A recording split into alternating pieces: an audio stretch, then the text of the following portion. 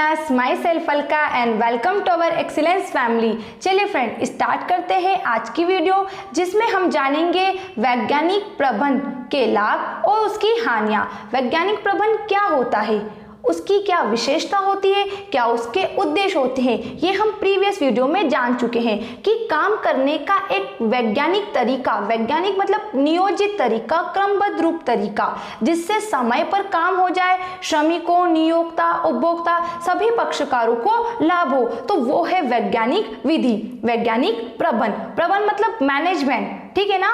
तो अब इस वैज्ञानिक प्रबंध के क्या लाभ है, ठीक है। तो यहाँ चार्ट में देखो वैज्ञानिक प्रबंध के लाभ बताए गए हैं कि वैज्ञानिक प्रबंध से जो उत्पादक होता है, फर्स्ट उत्पादक वस्तु का उत्पादन करने वाला, उसे क्या फायदा है जो काम करवा रहा है, ठीक है। और वैज्ञानिक प्रबंध से श्रमिकों को क्या लाभ है, जो काम कर रहा है, एक काम करवाने वाला उत्पादक है ना, और एक काम करने वाला श्रमिक। तो काम तो इन दोनों से ही होता है, तो इन दोनों को इस तरीके का क्या फायदा है। तो पहले चर्चा कर लेंगे वैज्ञानिक प्रबंध से उत्पादकों को क्या लाभ है, ठीक है फ्रेंड्स। तो देखो पहला लाभ क्या दिया गया है यहाँ पर, उत्पादन व्यय में बचत। अब उत्पादक को बचत हो रही है वस्तु का उत्पादन करने में, कैसे, देखो वैज्ञानिक प्रबंध से सामग्री के अपव्यय पर रोक लगती है।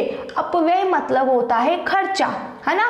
तो जब हम काम करने का वैज्ञानिक तरीका अपनाते हैं, वैज्ञानिक मतलब नियोजित तरीका अपनाते हैं, योजना बना के कोई काम को करते हैं, तो उससे हम जो सामग्री, हमारा जो भी वस्तु का हम उत्पादन कर रहे हैं, उसमें जो सामग्री लगा रहे हैं, जो वस्तु बना रहे हैं, उसमें क्या होता है, अपव्यय पर रोक लगती है, कम खर्चे आते हैं और साधनों का समुचित उपयोग होता है, ठीक है। जो साधन है उनका सही तरीके से उपयोग हो जाता है तथा उत्पादन व्यय में भी क्या आती है, बचत आती है। कुल मिला के इसमें ये बोला गया है कि एक उत्पादक है, उसे वस्तु का उत्पादन करने में जो कोई खर्चा आता है वो सारा खर्चा बच जाता है, क्योंकि वैज्ञानिक पद्धति में हर एक काम को करने का एक तरीका होता है, एक नियम, स्टेप बाय स्टेप उस काम को करने होते हैं, जिससे समय पर काम होते हैं और समय धन की बचत हो जाती है, ठीक है।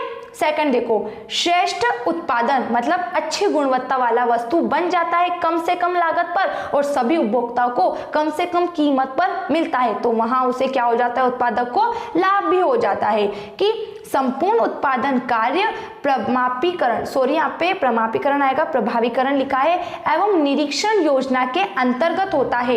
इससे किस्म में सुधार आती है। कहने का मतलब है हर एक जो वस्तु बन रही है उसका एक मेजरमेंट है कि पेन में 5 ml, 6 ml, 4 ml जितनी इंक डलनी है वही डलेगी। फिर उसका निरीक्षण मतलब जो आपको नियम बताया गया था, क्या उस नियम के अनुसार काम हुआ है, तो क्या होता है प्रमापीकरण, जो कुछ बताया गया उस अनुसार काम करना और उस काम का निरीक्षण करना, जिससे क्या होती है, किस्म में सुधार आती है। जब तक आप किसी काम की देखरेख नहीं करोगे तब तक आपको उसका रिजल्ट कैसे पता चलेगा। तो वैज्ञानिक प्रबंध में ये बेनिफिट है, जिससे श्रेष्ठ उत्पादन होता है। थर्ड है साधनों का समुचित उपयोग, मतलब उत्पादन करने के लिए जो संसाधन है उनका सही तरीके से उपयोग होगा कि कच्चा माल बहुत सारी मात्रा में पड़ा है, लेकिन किसी वस्तु को बनाने में कितनी मात्रा लगती है, बस उतनी ही मात्रा का यूज किया जाएगा, तो संसाधन का सही तरीके से उपयोग होता है, अपव्यय नहीं होता है ना। कि वैज्ञानिक प्रबंध से उत्पादन के विभिन्न साधनों का पूर्ण एवं समुचित विदोहन मतलब उपयोग संभव होता है। और उत्पादन के कितने साधन है, आपको मालूम है 5 साधन है, भूमि, श्रम, पूंजी, साहस और संगठन। तो इन 5 ही साधनों से बहुत अच्छे से काम होता है। फिर है योजनाबद्ध कार्य से लाभ, क्या है, वैज्ञानिक प्रबंध जो है वो पूरा प्लानिंग से ही चलता है, योजना बना के ही काम होता है। तो योजनाबद्ध तरीके से काम करेंगे तो कार्य होगा समय पर और लाभ भी तो मिलेगा। जैसे प्लानिंग कर ली गई कि हाँ, जैसे मोहन रोज डेली नियम से पढ़ाई करता है कि वो 7 से 8 मैथ्स से पढ़ता है, 8 से 9 फिजिक्स पढ़ता है, 9 से 10 केमिस्ट्री पढ़ता है, तो उसने 7 से 10 में 3 सब्जेक्ट की पढ़ाई कर ली, तो उसका समय पर काम होगा। और वहीं वो जब एग्जाम टाइम आती है तब पढ़ता है तो बहुत सारी प्रॉब्लम होती है कि क्या पढ़े क्या नहीं पढ़े, और फिर मार्क्स भी कम है और वहीं शुरू से पढ़ेगा तो मार्क्स भी तो अच्छे आएंगे। तो वही है इसमें कि वैज्ञानिक प्रबंध में समस्त कार्य योजनाबद्ध ढंग से किए जाते हैं। इससे उत्पादन कार्य सुचारू रूप से एवं व्यवधान रहित चलता रहता है। व्यवधान रहित मतलब बिना रुकावट के, स्टेप बाय स्टेप चलता रहता है प्लानिंग के अकॉर्डिंग। ठीक है, एंड लास्ट इसमें दिया है आय में वृद्धि। अब आय में कैसे वृद्धि होगी? जब कम से कम लागत पर काम हो रहा है, समय पर काम हो रहा है, ठीक है, और वस्तु बड़े पैमाने पर बन रही है तो इनकम तो बढ़ेगी, सही ना। और जब उत्पादक की इनकम बढ़ी तो वहां श्रमिकों की भी इनकम बढ़ेगी, उन्हें भी ऊंचे पैमाने पर वेतन दिया जाएगा, जिससे वो सारे अप्रिशिएट होंगे। बोनस, कमीशन, ये अनेकों दिए जाते हैं जब बिजनेस में प्रॉफिट होता है। तो क्या लिखा है यहाँ पर कि उत्पादन लागत में कमी एवं किस्म सुधार के कारण क्वालिटी भी अच्छी, गुणवत्ता युक्त वस्तु कम कीमत पर, है ना। तो किस्म सुधार के कारण उत्पादक कम मूल्य पर अधिक माल बेचने में समर्थ हो जाता है, फलतः उसकी समग्र आय में वृद्धि होती है। मतलब कुल मिला के उसकी जो आय होती है वो क्या हो जाती है? बढ़ जाती है। तो ये हमने क्या पढ़ा? ये किसको लाभ है? एक उत्पादक को, वस्तु का उत्पादन कराने वाला है, उसको वस्तु को बनाने में कम खर्च आ रहा है, गुणवत्ता युक्त वस्तु बन रही है, सभी साधनों का सही तरीके से उपयोग हो रहा है, योजना बस से काम चल रहा है और उसकी आय में वृद्धि हो रही है। ये सब कब पॉसिबल हो रहा है? जब वो काम करने के लिए वैज्ञानिक पद्धति को अपना रहा है, एफडब्ल्यू टेलर के सिद्धांतों को अपना रहा है और उन सिद्धांतों को लागू कर रहा है। ठीक है, अब पढ़ेंगे अपन वैज्ञानिक प्रबंध से श्रमिकों को क्या लाभ है। काम करने वाले, जैसे जो रूल्स बने हैं, काम करवाने वाले ने तो बना दिए, ठीक है, और उसको फायदा हो गया। अब जिसके लिए रूल्स बनाए हैं उनको इन रूल से क्या फायदा है? क्या इनके लिए फायदेमंद है या नुकसानदायक है? क्या इनकी स्वतंत्रता छीनी जा रही है या ये एक्सपर्ट हो रहे हैं काम को करने में? ठीक है, तो देखो क्या लिखा है। पहला, कार्य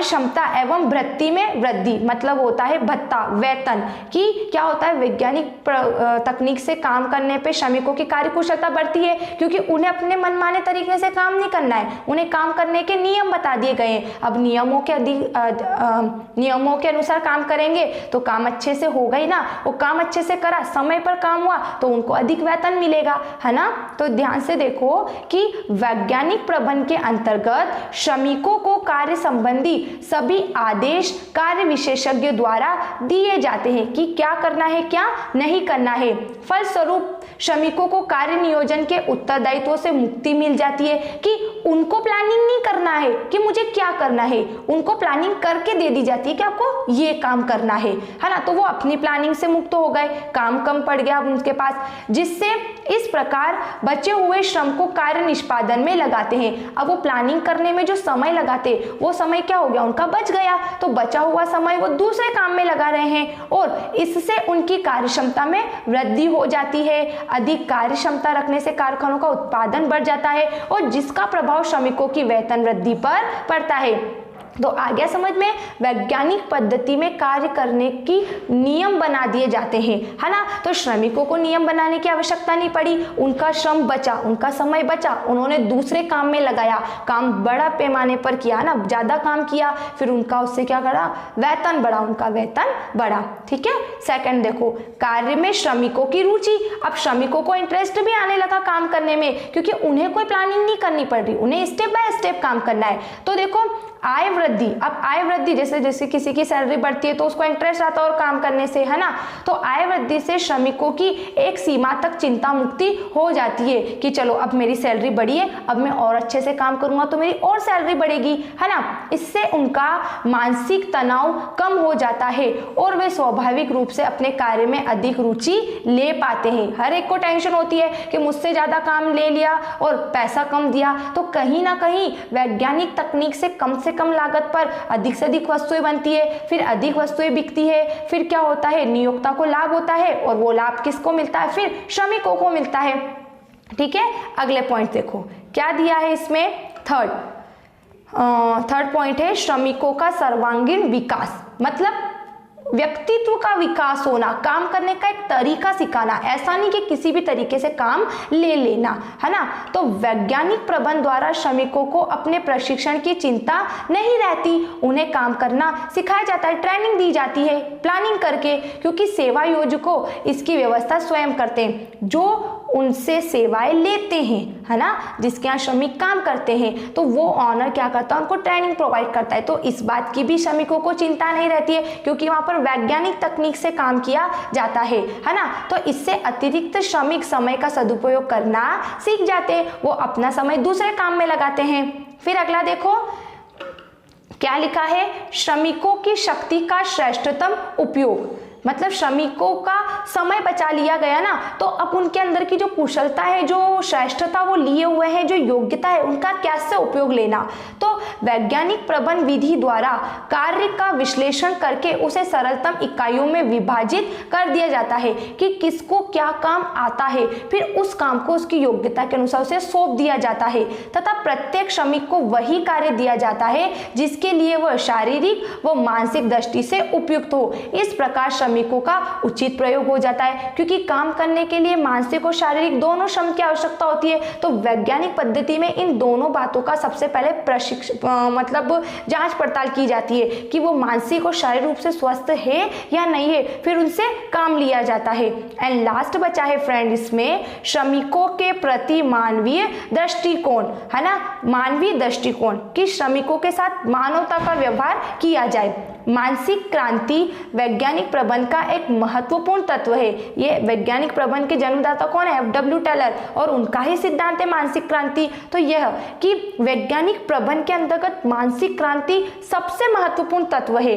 इससे नियोक्ता श्रमिकों के प्रति मानवीय दृष्टिकोण अपनाता है। नियोक्ता कौन, नियुक्त करने वाला, किसको, श्रमिक को, काम पे रखने वाला, तथा उनसे अधिक से अधिक कार्य लेने की अपेक्षा उनकी कार्य क्षमता में वृद्धि के उपायों का प्रयोग करता है। ठीक है, तो फ्रेंड्स कुछ इस तरीके से हमने क्या जान ले, इसके लाभ।